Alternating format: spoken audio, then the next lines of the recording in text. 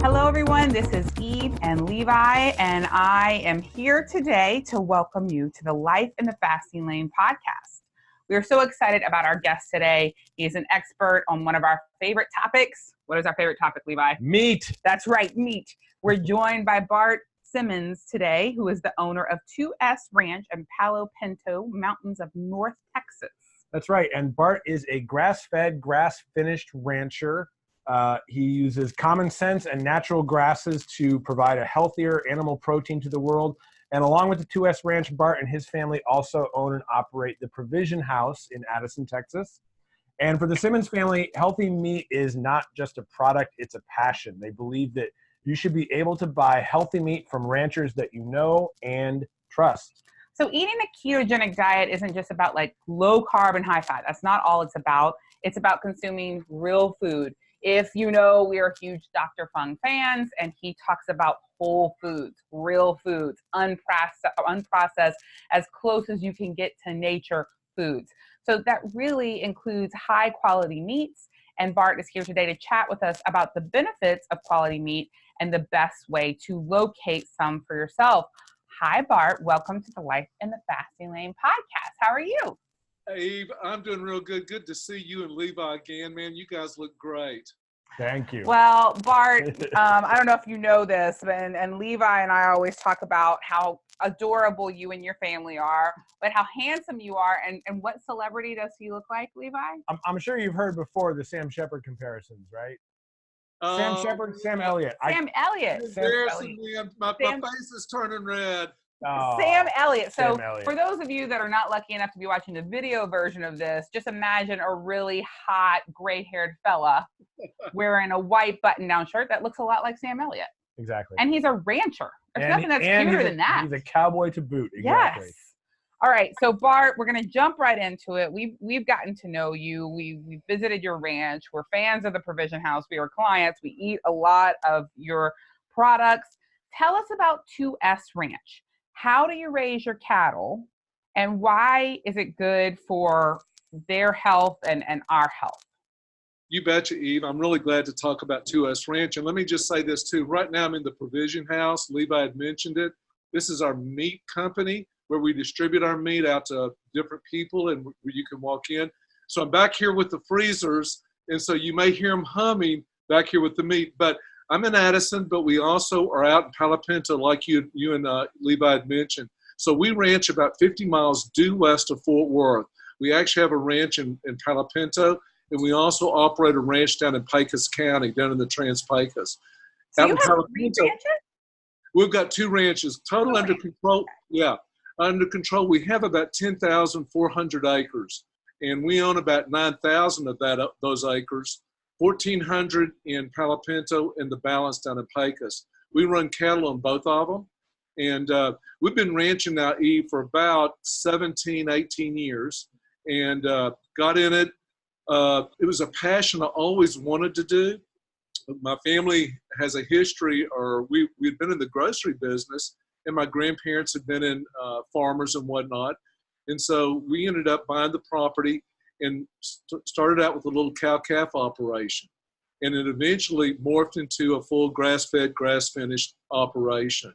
And so right now, we are one of the few companies, businesses, family-owned businesses in the United States where we do grass-fed, grass-finished beef.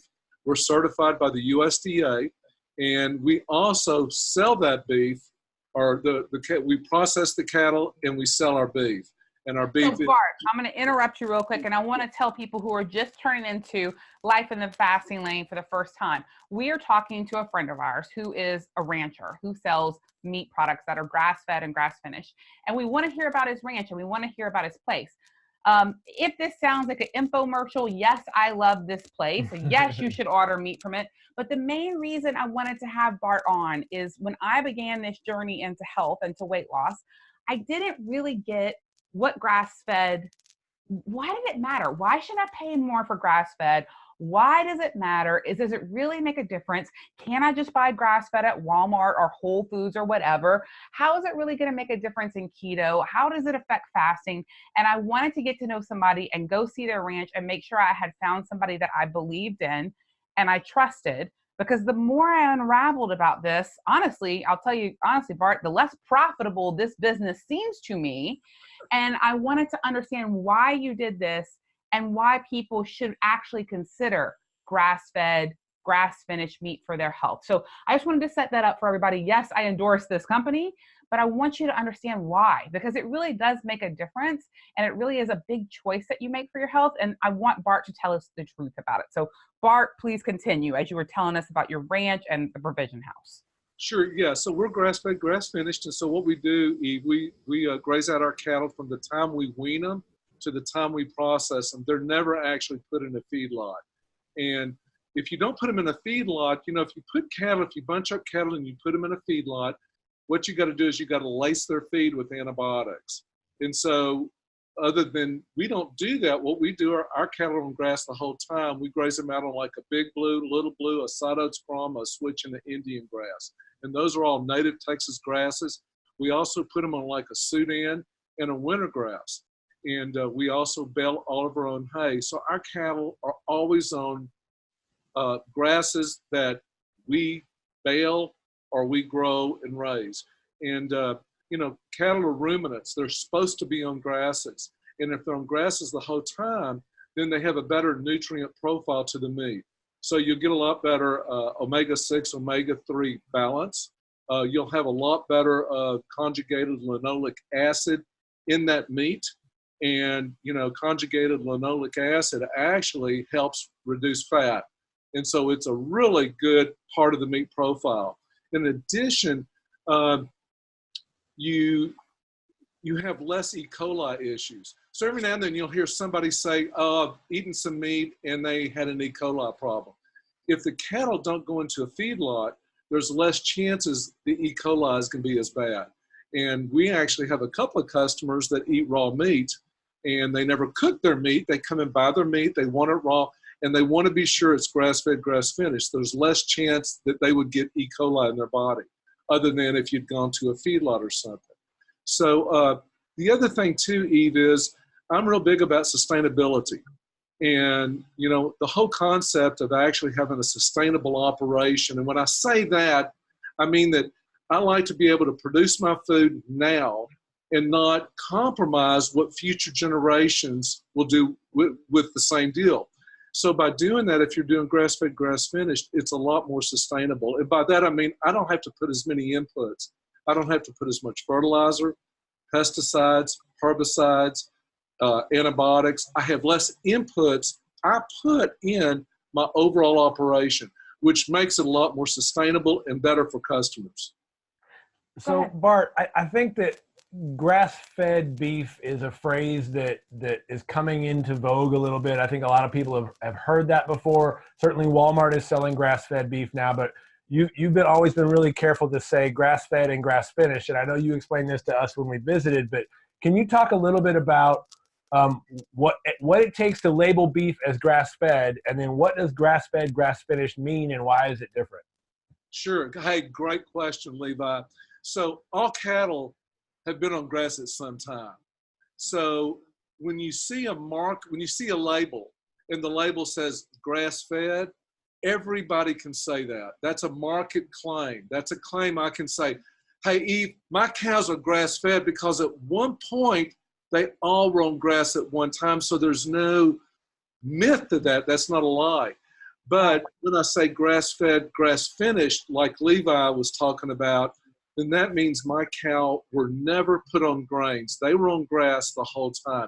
From the time that I took them off the tit on their mom to the time that I processed them, they're on grass the whole time. And of course, we know that cows are ruminants.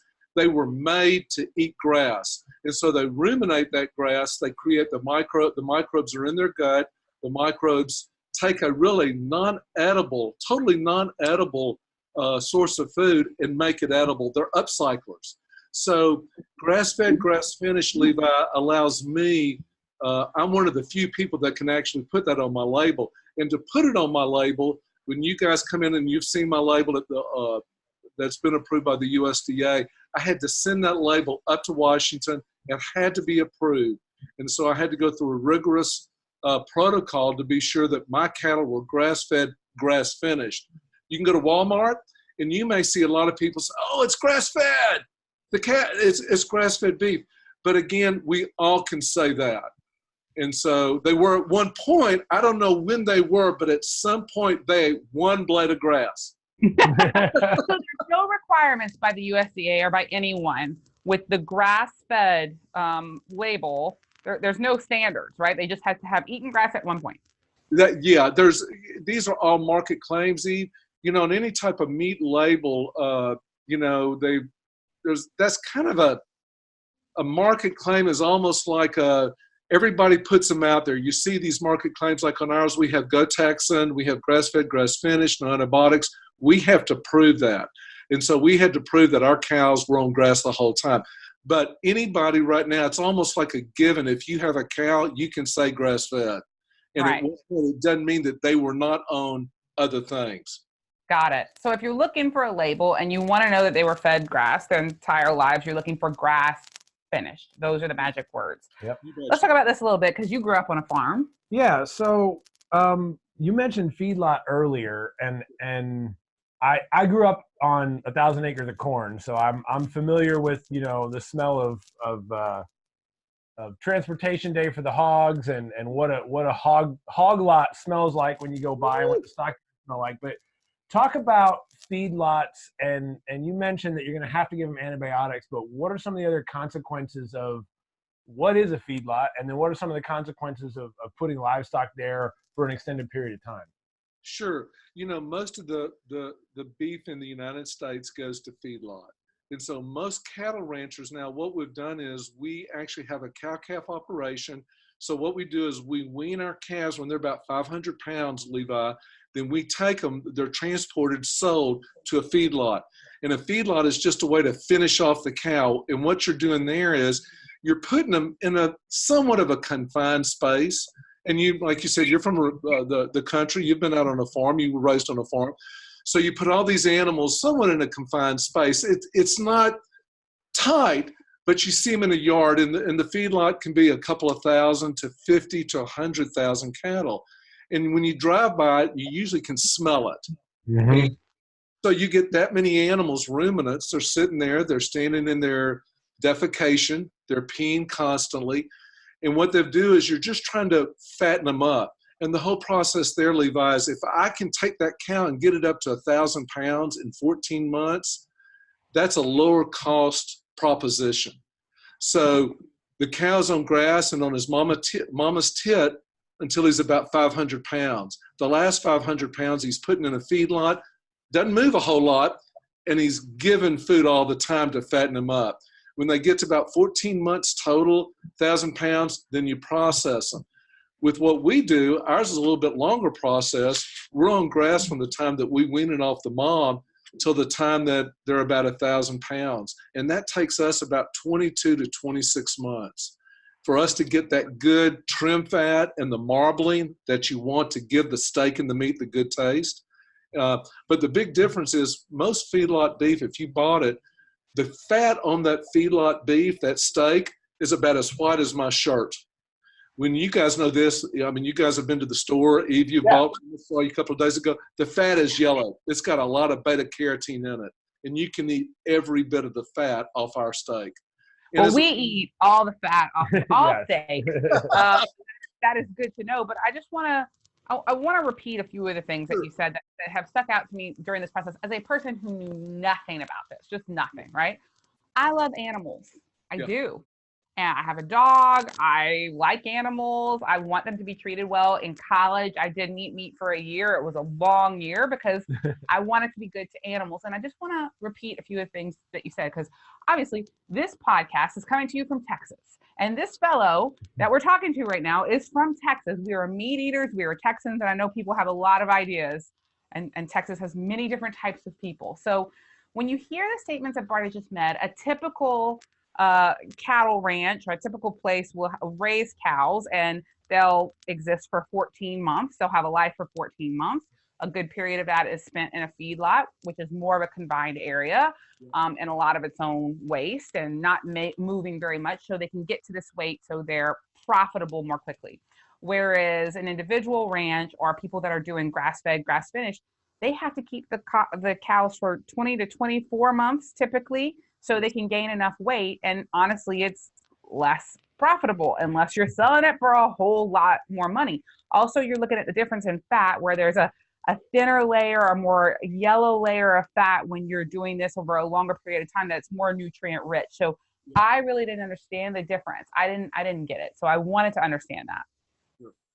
Cool. One thing that one thing you mentioned that you hit on too is the animal welfare. And I know, Eve, I know you love animals. And we've got a lot of customers that come in and they're real concerned about that. And it's like anything else, Eve. If you put a lot of humans together, if you credit all of us together, I'd be getting into your personal space and Levi's personal space. And at one point, we're all a little bit stressed out by doing that. Now, can you imagine if you crowded 50,000 of us together? And you elevate the stress. And so my whole deal is, hey, look, I love my animals. Everything about my processes, you guys have been at the ranch. I want everything to be as low stress and as good for my animals as it can be. But Bart, listen, how many acres did you have that we saw? We were at a place with how many acres? You had 1,400 acres. And how many cows were there about? We had 100. We've got about 120 right now on those 1,400 acres, and we're dropping calves every day right now. We are dropping calves every day. I just wanted to say, like, this was like the Beverly Hills of being a cow. Yeah, we had to take a bit of a drive before we saw the first couple of heads. And they were like, "Hey, what are you doing?" And their fur looked like dog fur, like it was shiny and shimmery. Dean said these were some happy cows, and they really were, and they were just having a cheerful. They were like, day. "Have you seen my life?" It was kind of amazing. So just wanted to point that out. That might not be the situation for everyone, but these were some happy cows, and they're getting, instead of 14 months, they're getting 20 months of life, and they're out in nature and free. And it's interesting to hear that, because of course we have these discussions about people trying to eat responsibly, people trying to do what's best for their body, for sustainability, for animals, for the earth. And I get that it's a struggle for everyone. And so I appreciate everyone listening to this conversation with an open mind. Any other questions? So let's say people who don't live around you and they have to buy meat locally. What should they be asking their butcher? What should they be looking for? How should they find a good meat supplier? Sure, great question, Eve. And you go to your butcher, and just a couple of things I would do. Number one is look at the meat and smell the meat. And another butcher, like he's trying to move the meat. He's probably not a rancher. He's bought it from somebody like me, so he's trying to move it. And so I would look at the color. Number one, I would, if you can, see if you can smell it, because what they do is most meat that's not frozen, they inject with carbon monoxide to keep it real red.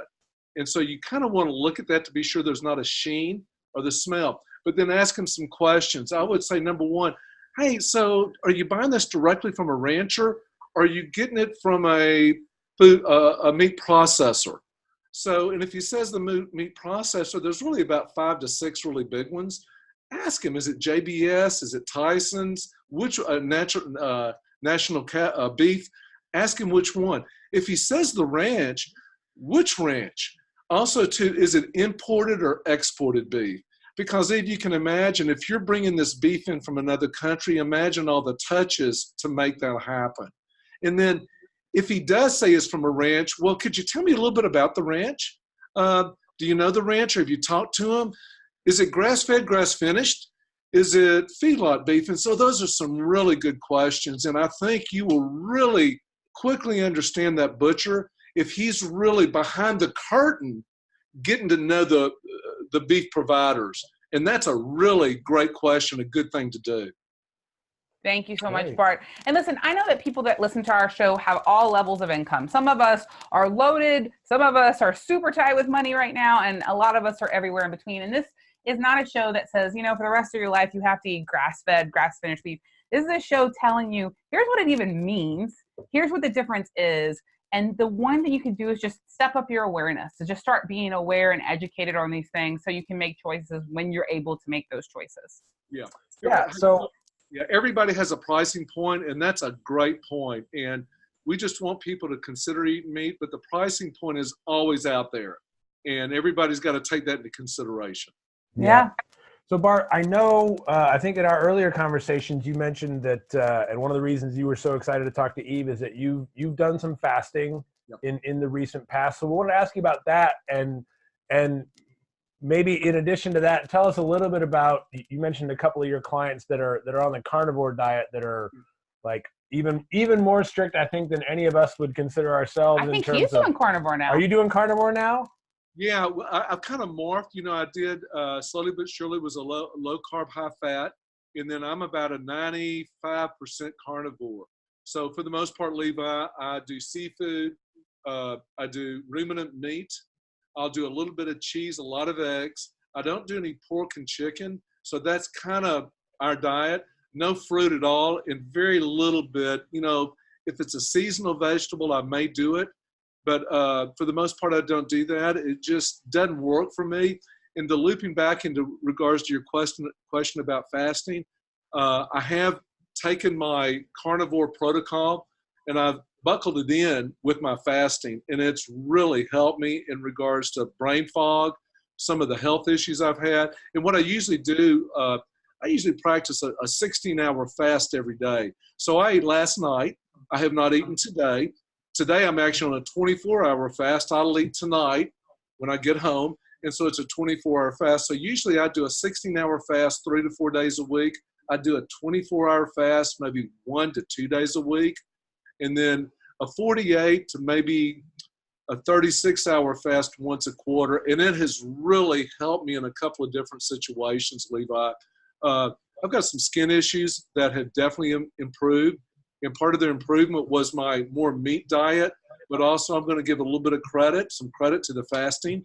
It's made a big difference. I'm a lifelong sufferer of eczema and psoriasis, and those things have just really tamped down. I know they're under my skin.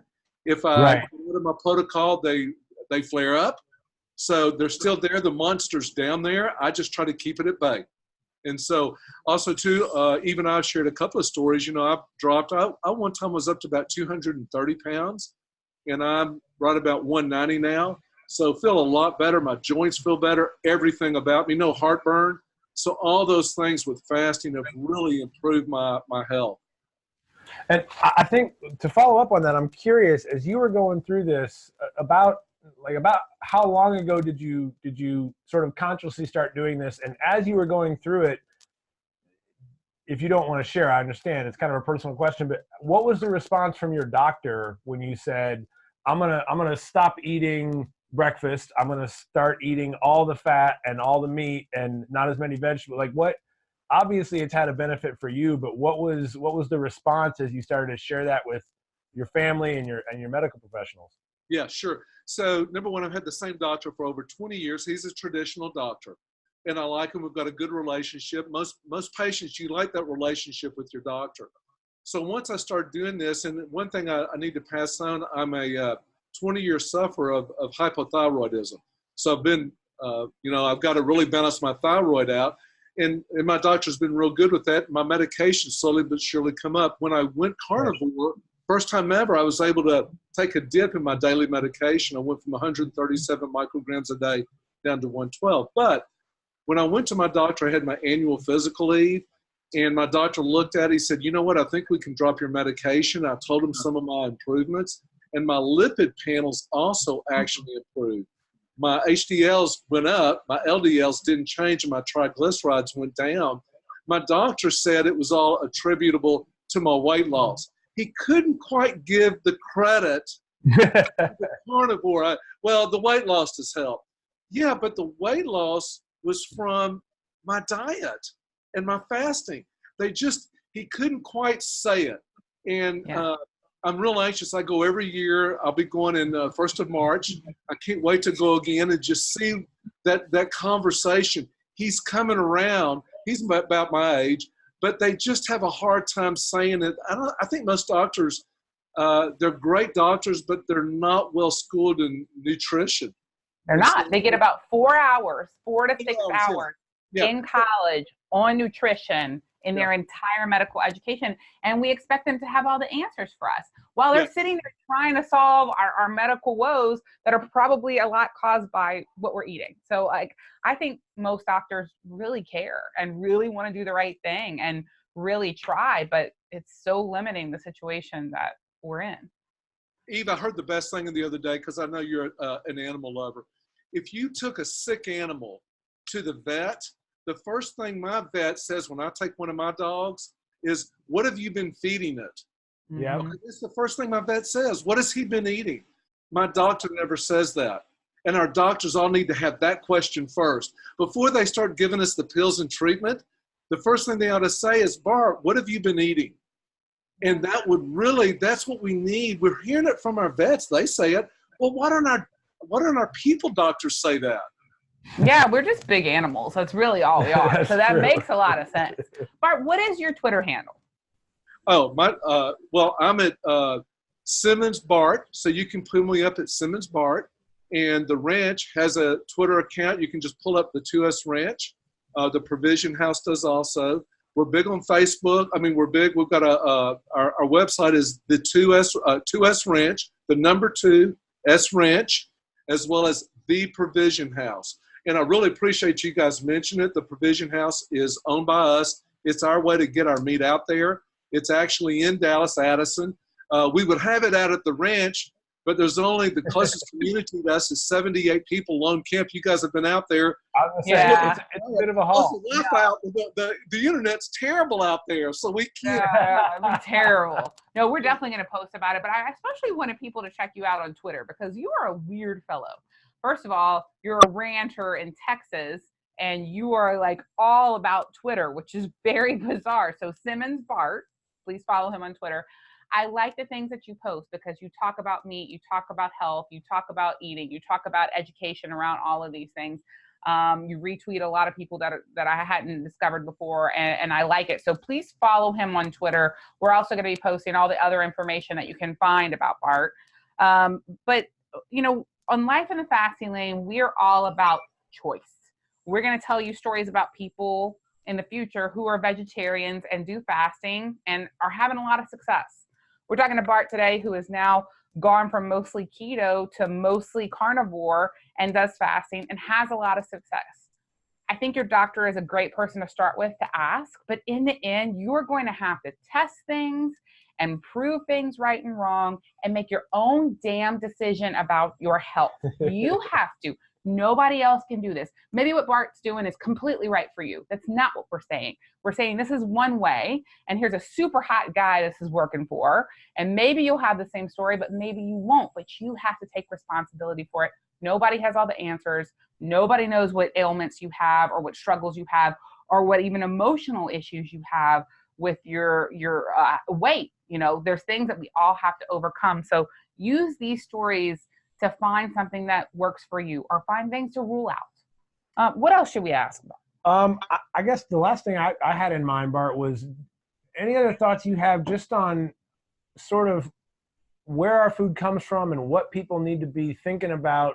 You know, we talked a lot about meat today, obviously, but I think there's I've seen a lot more farmers markets recently, and I find the one in Dallas hilarious because it's a big farmers market. There's some great stuff there, but I can buy Dole pineapple at that farmers market, which seems to be kind of a contradiction. So I was wondering if you had any thoughts about sort of locally sourced food or a move back away from industrial agriculture in that regard. Great question and good point. And I've been down there too to the farmers market and had the same observation, Levi. I think the whole thing is I really like the fact that we're getting closer. A lot of people, particularly in cities, have no idea how that food got on their plate. And I think we all need to be saying, how did that food get on the plate? Who are the people that are putting the food on the plate? There's 330 million people in the United States. Less than 1% of us are involved in food and actually putting that food on your plate. So who are they? How does it get there? And then who are I would always look as, try to get that food to less ingredients. Try to get it down to where they're less ingredients, whether it's meat, vegetable, or fruit or nut. And really find out who's growing this. How's it being grown? What are the processes? How are the livestock being raised? How are they being treated? But really connect with them. And if you can find any direct buyers, I think it's always good. And Levi, I'm going to put a plug in here. I know you guys, your followers are everywhere internationally. Sure. I'm not saying buy from me. Just try to buy local. If you're somewhere, try to buy local because number one, that's less fossil fuels that are used. And you're getting directly with that guy. You're going to help him. If there are no local guys, hey, you can always go online and buy. We ship. But I would say buy local, get in contact, and make a relationship with that rancher or farmer and get to know them. And, man, they're going to love you for it. They love to show their places. They love to – I loved having you guys out there. That's what it's all about. Awesome. I love that. So I think what we learned today is Bart is adorable and buy local. These are the two main points we need to walk away with. Bart, one more time, can you remind people what website do they go to learn more about Provision House and 2S Ranch? Sure. Thanks a lot. And it is the number 2S Ranch is our website for the ranch. And the website for our beef is The Provision House. And you can, and if you want to, theprovisionhouse.com. And you could actually go on the 2sranch.com website and link into the Provision House. And perfect. And I want you to follow Bart on Twitter at Simmons Bart. And we will get those links and Bart's Twitter handle all in the show notes. So I know some of you are listening while you're driving. Please do not pull the car over on the interstate and start writing this down. Check the show notes. We'll have all the links, all the handles, all the places you can find out more about Bart and his ranch and some resources on getting the best meat you possibly can. Bart, thank you so much for being our guest. We so appreciate it. Hey, love you guys. Thank y'all so much for letting me be on here. It was a real honor. Thank you, Bart. Everybody else, please check us out at fastinglane.com and on Twitter and Instagram at fastinglane. To your health and hotness, everybody. Thanks for tuning in to Life in the Fasting Lane.